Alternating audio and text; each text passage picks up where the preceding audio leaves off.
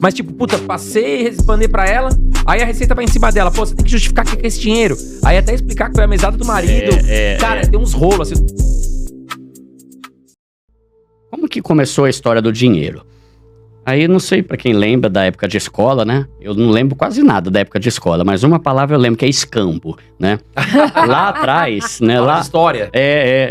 Lá atrás, milhares de anos atrás, não existia dinheiro. Então, as pessoas, elas compravam por meio de trocas, que era o tal do escambo, né? Então, o André tem um pouco de milho, a Carol tem um pouco de arroz e eu tenho uma criação de frango. Aí eu vendo meu frango em troca do arroz, você pega o arroz em troca do milho e ia se fazendo trocas, né?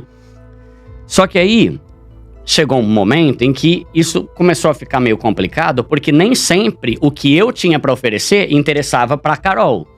Tipo assim, eu queria um pouco de arroz e eu só tenho frango, só que você também tem frango. Aí eu não conseguia comprar o arroz porque eu só tenho frango pra oferecer que ela já tem. E eles começaram a escolher alguns elementos, né? Algumas coisas específicas para padronizar como se fosse uma moeda de troca. E uma das primeiras foi o sal, né? Então, antigamente, muito antigamente, o sal era usado como moeda de troca. E daí que veio a palavra salário, né? Salarium. As pessoas recebiam pagamento em sal. Aí eu tava pesquisando sobre isso. Por que sal, né? Sal tão barato, né? Uma das coisas mais baratas é sal. Eu amo quando minha esposa fala pra eu comprar sal. Eu não gosto quando é azeite, né? Azeite, amor, não precisa. Mas o sal, além de servir como tempero e tal, ele é um ótimo conservante ou conservador de alimentos, né? Aí eu tava pesquisando, né? Por que o bacalhau ele é tão salgado? É porque ele vem lá da Noruega, lá do norte, num navio, e pros caras não gastar com um freezer dentro do navio, eles lotam o peixe no sal e ele chega aqui conservadinho, porque o sal evita que ele apodreça. Então, era algo muito útil naquela época. E aí começaram a usar o sal. Só que depois começaram a descobrir como extrair o sal do mar, da pedra e tal, virou coisa comum, começaram a mudar para gado, para outras coisas, até que em certo momento começaram a usar metais como forma de pagamento. Aí depois começou a usar prata e ouro. Até que em certo momento começaram a fazer as moedas mais ou menos parecidas com a gente. Só que aí, naquela época, o pessoal não tinha uma capacidade muito boa de saber qual era o metal. Tipo, é que nem eu. Parece que, se não me engano, as moedas que a gente usa é de níquel. Pô, vou saber, velho. Se alguém falar que é cobre, eu vou acreditar do mesmo jeito, né? Então, começou a ter muita falsificação. Aí vieram o pessoal da filosofia grega, os filósofos lá, né? Começou a surgir a política, veio o governo, né? Surgiu o governo, a democracia. E aí, ali naquele momento, dentro de um cenário onde as pessoas não sabiam identificar muito bem se um metal era valioso ou não era, o governo passou a emitir as moedas. Então, eles falaram, vem cá que agora nós, o governo, vamos emitir essas moedas aí para você ter certeza que ela realmente é do metal X ou Y, né? E começaram a fazer isso. Foi fazendo. Depois viraram as moedas que a gente conhece.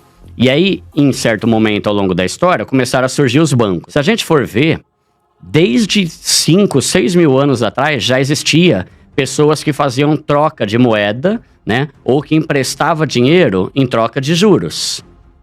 Tipo, vou te emprestar X moeda de metal, só que depois você me entrega 20 a mais, né? Então, esse serviço sempre teve.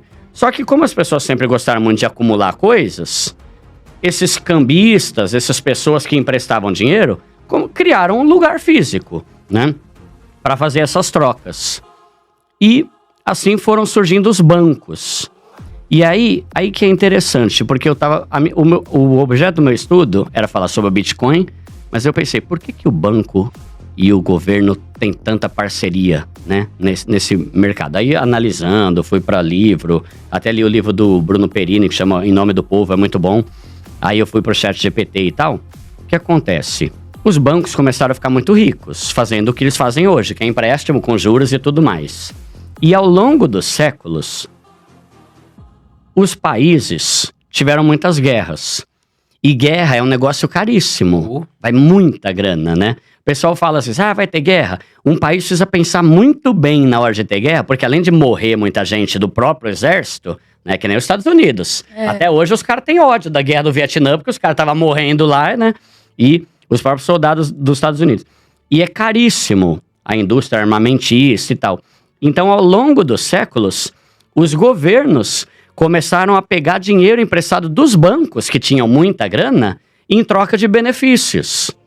E aí surge do jeito que é hoje. Ainda tem muita coisa, né, dessas coisas de amarrada. E aí, o tempo foi passando, o governo emitia o dinheiro, o governo controlava o dinheiro, o nosso dinheiro ficava no banco. A receita vai estar mais perto agora. Então, por exemplo, a galera tá com medo de, por exemplo, eu ganhei uma grana, depositei pra minha esposa, pra ela...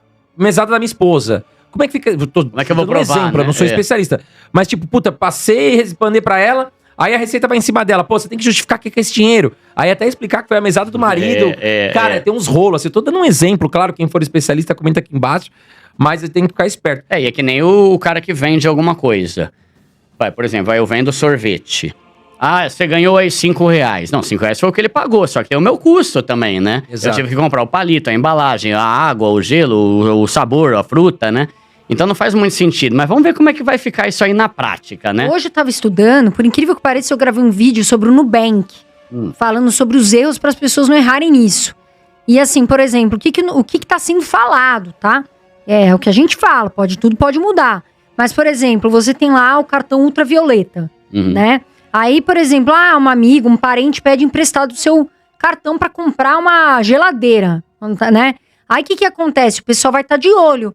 Porque, seu cartão, você ganha 5, mas o seu cartão veio 10? De onde você gastou? Não bate, né? Até se falar que você emprestou cartão pra sua prima ou pra alguém que comprou, eles vão estar lá, você pode cair na malha fina. Aí tem outro exemplo também, né? Foi o que você falou. Se você... Uma das formas que eu acho interessante a galera prestar atenção é que, assim, o que cai no seu CPF, na sua conta física, eles vão estar mais de olho. Então, se você quiser receber sem ter tanta fiscalização, é você criar um MEI. Por quê? A pessoa que vende uns sorvetes na praia, ou vende um bolo, alguma coisa assim, muitas vezes ela não é MEI, né? Então, eles estão falando muito sobre isso, nessa questão. Então, tem vários errinhos ali que estão sendo orientados. E por que pro Nubank? Porque a gente tem acho que é mais de 115. É muito cliente, muita gente usa o Nubank. Então, tem alguns errinhos que hoje eu gravei, que é pra prestar um pouco de atenção, pra você não cair na malha fina. Agora, se vai acontecer isso, a gente nunca sabe, porque isso aí mexe com muito banco. Entendeu? Sim. E aí eu acho que o banco pode ser que ele fale, peraí, aqui não. Imagina, se olhar todo mundo lá, dar rolo. E imagina, o brasileiro, pra ele prestar atenção nisso, tudo, né? A gente tá falando de um Brasil que também tem pessoas humildes. Você vai massacrar o peão, né? Ele ganha lá... foi o que você falou, ele ganhou 10 mil, mas o custo dele tem que tirar também. Então é muita confusão isso daí, entendeu? Vivem mudando o tempo todo. Tem algumas coisas que eu nem paro pra me aprofundar muito, por preguiça de saber que mesmo que eu estude pra caramba, daqui a uma semana mudou. É que nem, por exemplo, o pessoal vive me pedindo pra fazer vídeo sobre imposto de criptomoeda. Mano, mas isso é um caos. Nossa, é um caos muito esse negócio de técnico, imposto. cara. Nem difícil. Eu sei ao certo Não, também. eu já fui pra encontros com os maiores especialistas de cripto do Brasil. Os caras falam, Duda, é um saco, não, é dificílimo. E aí quando você começa a aprender, começa a mudar a regra. Em janeiro vai mudar não sei o quê. Eu nem gravo o vídeo, porque, vou ter que ficar fazendo vídeo toda semana. Galera, o vídeo que eu fiz lá já não vale mais nada, porque mudaram as regras, né? Sim. Então, é muito chato isso, né, cara? Mas, vamos ver como é que vai ficar esse ano, né? Estamos só começando, né? Cara, não faz sentido nenhum pra mim cobrar o Pix. O Pix é top. O Pix é top. Foi uma tecnologia incrível. Né? Negócio cheguei de táxi aqui no estúdio, paguei Pix rapidão e fui embora. E é uma tecnologia muito louca que outros países ainda não têm, muitas vezes, né? Então é muito bom. Agora você fica com aquele receio. Será que foi o bom pra gente gostar? Porque tudo é assim, né? Que nem essa plataforma de streaming, né? Agora já tá tudo metendo anúncio lá, né? Eu já tava vendo uma lá, mesmo eu pagando, agora tem anúncio, caramba, pra eu pagar mais, né? Tem que pagar o anúncio plus agora. Então, às vezes, eles dão o gostinho da gente sentir pra depois meter a taxa, né? Cara, pra mim não faz sentido. Eu lembro que antigamente tinha taxa quando tinha TED, DOC, né? Tinha uma taxa, né? Mas o Pix, ele veio com a facilidade, a agilidade e a gratuidade, que eu acho muito bom. Mas, assim, eu não sei o que vai dar nessas regras aí, se vão mudar alguma coisa ou não, mas não faz nenhum sentido, né? Mas é aí que entra mais um ponto que eu gosto, que é as criptomoedas, né? Tipo, dá pra gente fazer muita coisa hoje por criptomoedas se a gente quiser fugir dessa taxa, caso futuramente comece a ter realmente taxa pra gente simplesmente fazer uma transferência pra alguém, né? Mas assim, eu pago mal pau pro Pix, achei uma tecnologia muito boa e inovadora. Eu lembro que no começo tinha uma gente com receio, não, isso é golpe, isso é coisa do satanás, não sei o quê, a marca da besta, né? Mas hoje ninguém mais faz de outra forma. Sim, é muito prático. Né? É muito, muito prático, né? Aí você também pagar por Pix uma coisa, né? Um boleto que você paga pelo QR Code, eu acho muito bom. Mas vamos ver, né, cara? Eu não sei quais foram as últimas notícias com relação a essa possibilidade de cobrar. Porque eu sempre vejo a gente falando que vai cobrar e gente falando que é fake news, né? Então não sei como é que vai ser isso. Mas tá meio enrolado. Agora, uma coisa que me preocupava mais do que esse negócio do Pix é o Drex.